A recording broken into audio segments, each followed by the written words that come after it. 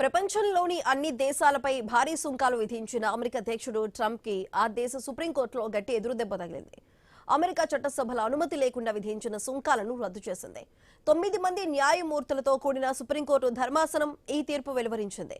అధ్యక్షుడి అత్యవసర అధికారాల చట్టాన్ని వినియోగిస్తూ ప్రతీకార సుంకాలు విధించటాన్ని ధర్మాసనం తప్పుపట్టింది. రాజ్యాంగం ప్రకారం చట్టసభలకు మాత్రమే పన్నులు సుంకాల విధింపు అధికారం ఉంటుందని స్పష్టం చేసింది.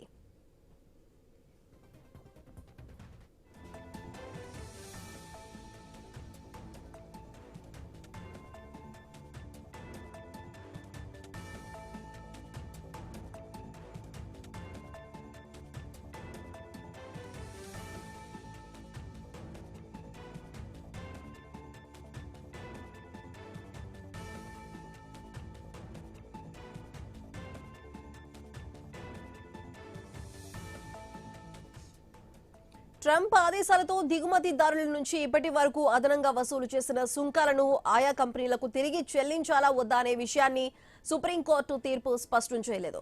సుప్రీంకోర్టు తీర్పుపై అమెరికాలోని దిగుమతి కంపెనీల సంఘాలు హర్షం వ్యక్తం చేశాయి. అమెరికా సుప్రీంకోర్టు తీర్పుతో బ్రిటన్, జపాన్, ఐరోపా సమాఖ్య, మలేషియా, ఇండోనేషియా, వియత్నాం, భారతదేశాలతో అగ్రరాజ్యం కుదుర్చుకున్న వాణిజ్య ఒప్పందాలని నిరర్ధకంగా మారనున్నాయి.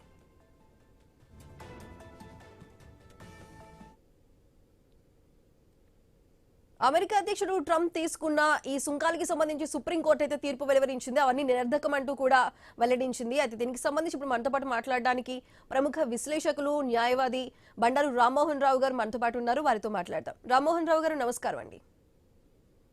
నమస్కారం. రామ్మోహన్ రావు గారు, ఇప్పుడు ఒక పక్క సుప్రీంకోర్టు ఇప్పటి వరకు వేసిన ఈ అధిక సుంకాలు ఏవైతే ఉన్నాయో అవన్నీ కూడా కొట్టివేస్తూ తీర్పిచ్చింది. దానికి ఇప్పుడు ట్రంప్ తిరిగి మళ్ళీ ఇదంతా కావాలని సుప్రీంకోర్టు చేస్తుంది, విదేశాలకి సంబంధించి ఈ విధంగా చేస్తుంది. కానీ నేను ఇంకా అధికంగా 10% ఇంకా సుంకాలు ఎక్స్ట్రా విధిస్తానంటూ కూడా ట్రంప్ క్లారిటీ ఇవ్వటం, దానికి సంబంధించి ఏ విధంగా చూడాలండి? ఒక రకంగా చెప్పాలంటే ట్రంప్ తల బిరుసుకు సుప్రీంకోర్టు మంచి సమాధానం చెప్పింది. కానీ ఇంకా తల బిరుసు వదిలేదు ఆయన కూడా. అంటే ఒక రకంగా సుప్రీంకోర్టు జడ్జిలను కూడా విమర్శిస్తున్నారు. కోర్టే తప్పుదారి పెట్టింది, ఒక రకంగా కమ్యూనిస్టుల ప్రభావం పడ్డదని కూడా మాట్లాడిన సందర్భం చూసాం మనం. ప్రతిసారి కూడా అదే, ఎవరైనా తిరుగుబాటు చేస్తే, ఎవరైనా కొంచెం ఆందోళన చేస్తే వాళ్ళు కమ్యూనిస్టులు అని, ఆఖరి డెమోక్రటిక్ పార్టీ, తనకు వ్యతిరేకమైన పార్టీ వాళ్ళు కూడా ఏది మాట్లాడినా వాళ్ళు కమ్యూనిస్టులు ప్రభావంలో ఉన్నారని చెప్పి విదేశీ ప్రభావంలో పడి జడ్జిలు ఇట్లా ఇచ్చారంటున్నారు. ఒక రకంగా చెప్పాలంటే కొంచెం 10 రోజుల ముందైతే మనకి కొంచెం శుభవార్త ఉండేది. యాక్చువల్ గా మనం కూడా తొందరపడి చేసుకునే వాళ్ళం కాదు. ఏది ఒప్పందం చేసుకున్నాం కదా, మొన్ననే 18% అది చేసుకునే వాళ్ళం కాదు. అందుకనే ఏమంటున్నాడు, ఒప్పందం కుదిరింది కనుక భారత్ తో మాకు గొడవ లేదు, ఆల్రెడీ ఒప్పందం ఉంది మాకు అంటున్నాడు. అంటే రీసెంట్ ఒప్పందం కనుక మొత్తం ఒకసారి ఈ మొత్తం ఎపిసోడ్ కనుక పరిశీలిస్తే సుప్రీంకోర్టు స్పష్టంగా కొన్ని లీగల్ పాయింట్ చెప్పింది. ఒకటి, ఎమర్జెన్సీ అధికారాలను వినియోగించుకొని ఎట్లా పడితే అట్లా ప్రపంచ దేశాల మీద మీరు సుంకాలు విధించడానికి హక్కు లేదు, అధికారం అంతకంటే లేదని. ఎవరికి అధికారం ఉంటది అంటే పార్లమెంట్కే ఉంటది, అమెరికా పార్లమెంట్కే ఉంటది అని. అట్లాగే ఎమర్జెన్సీ అధికారాలు వినియోగించుకోవడానికి కొన్ని పరిమితులు ఉన్నాయి మీకు. ఆర్థిక ఎమర్జెన్సీ దేశంలో విధించినప్పుడు కానీ, దేశంలో అంతర్యుద్ధం వచ్చినప్పుడు కానీ, ప్రపంచంలో అట్లా అల్లకల్లోల పరిస్థితులు ఉన్నప్పుడు కానీ, ఇవన్నీ కలగలిపితే ముఖ్యంగా ఆర్థిక ఎమర్జెన్సీ విధించే సమయంలో మాత్రమే మీరు అటువంటి ఏమైనా టారిఫ్స్ చేయొచ్చు. కానీ అది కూడా తాత్కాలికమే, శాశ్వతం ఉండదు. కానీ అటువంటి ఏం లేవు కదా, ఇక్కడ అమెరికాలో అంతర్యుద్ధం లేదు, అమెరికాలో మనకు ఆర్థిక ఎమర్జెన్సీ లేదు.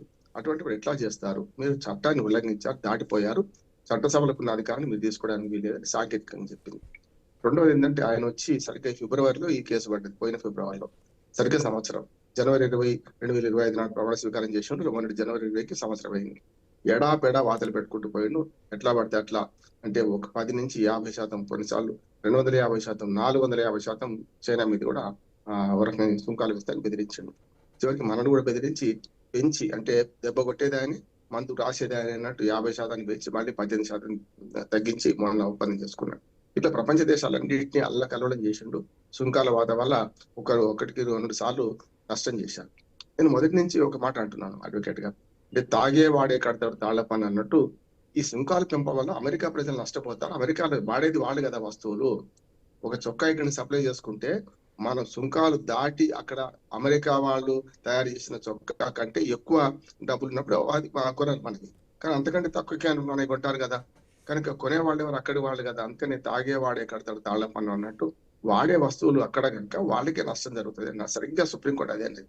మీరు చేసిన దాని వల్ల మన ఆర్థిక స్థితి ముఖ్యంగా మన వినియోగదారులు నష్టపరిచారు, లక్షల కోట్లు నష్టపరిచారు మీరు అని అనుకుంటూనే 16 లక్షల కోట్ల రూపాయలు దాని మీద నిన్ననేమో మరి చాలా మంది మనకు వార్తలు మొదట్లో వచ్చిన వార్తలు ఏంది 16 లక్షలు ఇమీడియట్ ఇప్పించేయాలి అనే మాట అన్నారు కానీ ఇప్పుడు మొత్తం ఆర్డర్ ఎగ్జిక్యూటివ్ ఆర్డర్ సుప్రీంకోర్టు ఇచ్చింది చదివితే అందులో అక్కడెక్కడ అంబిగ్విటీ ఉంది, అంటే ఇక్కడ మెయింటైన్ చేయలేదు. తిరిగి ఇవ్వాలి అనేది చెప్పలేదు, ఇస్తే ఎన్ని రోజులు ఒకటి ఇద్దామని చెప్పలేదు. కానీ వసూలు చేసుకుంటాం కదా మనం, అది చెల్లవన్నప్పుడు ఏంది ఆటోమేటిక్ గా అక్రమంగా వసూలు చేసినట్టే కదా, దాన్ని మళ్ళీ కేసులు వేయాలి, లేకుంటే సుప్రీంకోర్టులో వివరణ కోరాలి, ఇవన్నీ జరుగుతాయి. ఇప్పుడు మనం మీడియా కానీ లేకపోతే అక్కడ వచ్చిన విషయాల్లో కానీ ఆర్డర్ చూడకుండానే నేను రాత్రి అంతా చాలా మంది మనం మాట్లాడడం ఏంటంటే వచ్చేసినాయి 16 లక్షల కోట్లు మళ్ళీ వెనక్కి ఇచ్చేయాల్సిందే, 1 సంవత్సరాలు ఇస్తారా లేకుంటే అడ్జస్ట్ చేసుకుంటారా అని. ఇప్పుడైతే కోర్టు తీర్పులో అది కనపడతలేదు, కనపడకపోయినా అంతర్లీనంగా ఉన్నది అదే, అంటే రద్దు చెల్లవన్నప్పుడు తప్పనిసరి వెనక్కి ఇవ్వాల్సిందే కదా. రెండోది కూడా ఏమైందంటే ఇప్పుడు ప్లాన్ ఏ పోయింది, ప్లాన్ బి అమలు చేస్తా అంటున్నాడు ఎవరు ట్రంప్. అంటే మొండివాడు కదా, సీత ఎవరు చెప్పినా వినడు. అంటే పూర్తిగా కోర్టు అట్లా మాట అంటే కూడా అందులో కూడా 9 మంది జడ్జీలలో 2/3 మెజార్టీ, 6 జడ్జీలు ఆయన వ్యతిరేకంగా తీర్పిచ్చారు, 3 ఆయనకు అనుకూలంగా ఉన్నారు. అయితే 2/3 మెజార్టీ అంటే అంతకన్నా ఇంకేం కావాలి. ఆ 2/3 లో కూడా 6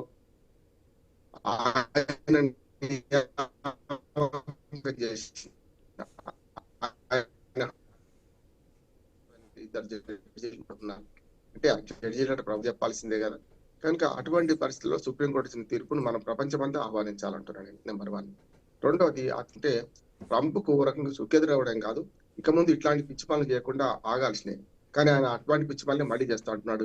ఇప్పుడు ఏమంటున్నాడు, మన భారతదేశంతో ఎట్లా కుదుర్చుకున్నామో ఒక్కొక్క దేశంతో వెళ్ళి మళ్ళీ ట్రేడ్ డీల్ కుదుర్చుకుంటా అంటున్నాడు. అంటే వాణిజ్య శాఖ మంత్రిని తోలుతున్నప్పుడు పార్లమెంట్ లో ఆమోదం పొందే ప్రయత్నం చేస్తాడు, కానీ కష్టమే అంటున్నాడు. ఎందుకని ఈ దూకుడుకు పార్లమెంట్ కూడా సరిపోదు, పార్లమెంట్ కూడా ఇంత దూకుడుగా బొత్తలేదు కనుక కష్టం.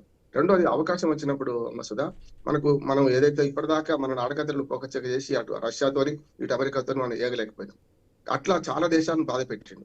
ఇప్పుడు కాలపేరానికి ఆయన రావాల్సింది, మనం పోవాల్సిన అవసరం లేదు కదా. ఇప్పుడు ఏ దేశంతోనే అయితే ఆయన మళ్ళీ వస్తా అంటున్నాడో ఆయనే తప్పైందో మంచైందో మళ్ళీ మనం ఒప్పందం కుదుర్చుకుందాం, పాత ఒప్పందం మనం మొన్నటి దాకా జరిగిన ఒప్పందం కుదుర్చుకుందాం అని అనుకోండి, అప్పుడు మనం ఎందుకు వింటాం, లేకుంటే దేశాలు ఎందుకు వింటాయి. ఆయన మన దగ్గరికి వస్తున్నాడు. ఇప్పుడు ఎట్లా ఉందంటే ఆయన చెయ్యి కిందికి అయింది, మన చెయ్యి పైకి అయింది. ఇప్పుడు కనుక అట్లా మరి ఒక్కొక్క దేశంతో కుదుర్చుకోవడం సంవత్సరం పడుతుంది. మరి సంవత్సరం దాకా ఈ సుంకాలు అయితే చెల్లవు కదా, ఆయన విధించిన సుంకాలు చెల్లవు కదా. అటువంటిప్పుడు మళ్ళీ ఆర్థిక వ్యవస్థకు అమెరికా నష్టం అయింది కదా. ఇవన్నీ ఆలోచించుకోకుండా అమికబుల్ సెటిల్మెంట్ చేసుకుంటా అంటే బాగా ఉండేది. కానీ సుప్రీంకోర్టు ఆర్డర్ని ధిక్కరిస్తూ నేను మళ్ళీ ప్లాన్ బి ఉంది, నేను అన్ని దేశాలతో మళ్ళీ డీల్ కుదిరించుకుంటా చూడండి, అదే పాత ఇప్పటిదాకా అమలవుతున్న సుంకాలకు కొంచెం ఎక్కువ తక్కువ చేస్తారు, బేరం చేస్తాడు. ఇప్పుడు అంటే గీచి బేరం చేస్తాడు. ఇప్పుడు అవకాశం అయితే ఆ దేశాలకు అన్నిటికి వచ్చినట్టే కదా, మనకే వచ్చింది చూడండి. 10 రోజుల క్రితమే ఇది ఊహించే మనకు 18% తగ్గించాడనే మాట కూడా అంటుంది. ట్రంప్ కు మనకు ఏదో సుప్రీంకోర్టు ఆర్డర్ వ్యతిరేకంగా వస్తుందని 10-15 రోజుల క్రితం తెలుసు. కోర్టులు కూడా మనం వ్యవస్థలు నాశనమైన సందర్భంలో ఒప్పందించే వాళ్ళు కూడా ఉంటారు కదా, నీకు వ్యతిరేక తీర్పు చూసుకో అని అనుకూలంగా ఇచ్చిన జడ్జీలు కూడా చెప్పొచ్చు కూడా, మనం ఎవరిని తక్కువ అంచనా వేయడానికి వీల్లేదు. కనుక ఆయన దాన్ని బట్టే మన భారతదేశంతో 50 నుంచి 18% తగ్గి మాట్లాడా అనేది ఇప్పుడు అనుమానం వస్తుంది నాకైతే. అట్లా చూసుకుంటే ప్రపంచ దేశాలకు ఇది ఒక మంచి శుభవార్త. ఇవాళ అమెరికా పెత్తనానికి కొంచెం చుక్కెదురైనట్టు లెక్క. ఇప్పుడు ట్రంప్ ఏం చేస్తాడు రెండో ఫేజ్లో అంటే మళ్ళీ బడిత పట్టుకుని తయారున్నాడు. ఆ దెబ్బలకు మనం దూరంగా పోతామా లేకుంటే మన ప్రతీకారం తీర్చుకుంటామా అనేది ప్రపంచ దేశాలన్నిటి మీద ఉంటే మొత్తం మీద యూరోపియన్ యూనియన్ తో సహా అన్ని దేశాలు ట్రంప్ కి వ్యతిరేకంగా, అంటే ఎవరిని విడిచిపెట్టలే కదా ఆయన. భారత్, చైనా, రష్యా అంటే వేరు, అసలు యూరోపియన్ దేశాల్లో నాటో కూటమిలో ఉన్న దేశాలను కూడా విడిచిపెట్టలేరు. సుంకాల విషయంలో ప్రపంచం అంతా దెబ్బతీసింది కనుక అందరూ ఒకటి కాకపోవచ్చు, కానీ ఎవరికి వాళ్ళు కసి ఉంది, ఎవరికి వాళ్ళు కోపం ఉంది. ఈ ట్రంప్ ఇవాళ చేసే పని తనకే నష్టమైంది, అయినా సరే మొండిగా పోతున్నాడు. ఏం జరుగుతుందో చూద్దాం. ఓకే రామ్మోహన్ రావు గారు, థ్యాంక్ యూ సో మచ్.